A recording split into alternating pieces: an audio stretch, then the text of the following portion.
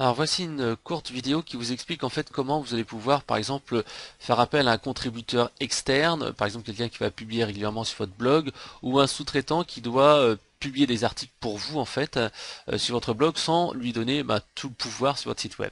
Donc tout simplement ici dans votre site web vous vous connectez en tant qu'administrateur, vous allez ensuite dans les utilisateurs et vous cliquez sur ajouter.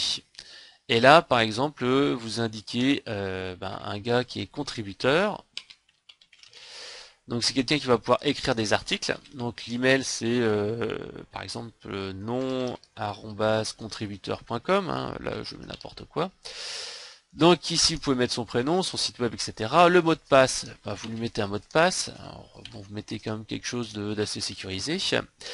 Alors, par défaut, donc il y a le rôle d'abonné où il n'a aucun droit. Administrateur, il a tous les droits. Donc il faut pas donner ces deux-là parce que là il pourra rien faire et là il pourra tout faire. Donc moi je vous conseille plutôt de lui donner un rôle d'auteur. Alors le rôle d'auteur a l'avantage de permettre à la personne de publier en fait des articles et des images. Parce que si vous le mettez uniquement en rôle de contributeur, alors attendez on va regarder tout de suite là. Hop, donc j'ai ajouté contributeur. Donc là, si je me connecte en fait avec les coordonnées du compte que je viens de créer il y a quelques secondes, on voit en fait que ici j'ai bien accès au back-office, il y a quasiment rien, il y a mon profil, il y a quelques outils très simples, on peut pas faire grand chose. On voit ici dans les articles, en fait il a accès et il voit tous les articles, il voit l'auteur, il voit la catégorie.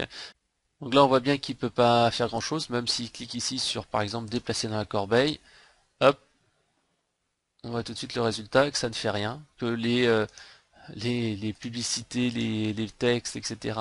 Ne sont pas supprimés. Il n'a pas les droits, même si c'est apparent, on voit modifier. On ne peut pas cocher en fait les éléments là. Donc il peut juste en fait ajouter des articles.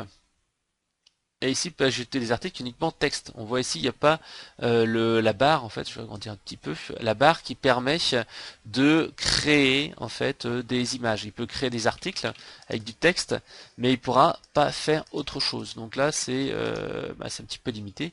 Donc juste créer ici ces données-là, ça suffit pas. Donc hop, je supprime. Donc le rôle en fait ici qu'on lui a attribué de contributeur n'est pas le bon. Donc on va retourner ici, hop, dans les droits et cette fois on va tout simplement lui donner un autre rôle. On ne va pas lui donner le rôle de contributeur, mais on va lui donner le rôle d'auteur. Et là, il va être auteur. Donc, hop, je mets à jour. Donc là, il est devenu maintenant auteur. Je retourne sur son compte. Donc je me connecte et là, on voit la différence. Et donc ici, je peux ajouter donc des images. Et c'est éventuellement même modérer mes propres commentaires ou des commentaires que j'ai mis. Donc j'ai mon profil et surtout ce qui est essentiel pour nous c'est ici, donc j'ai toujours pas la possibilité de supprimer les articles, mais j'ai la possibilité ici de pouvoir ajouter des images. Et quand je vais ajouter des images, ça va être super simple.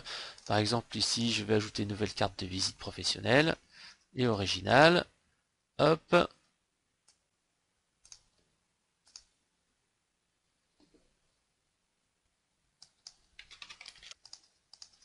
voilà, donc j'enregistre mon image, elle est centrée, je mets ça dans sa taille originale, et voilà, j'ai mon image qui apparaît, donc j'ai plus qu'à faire un titre ici, une carte de visite toute en transparence.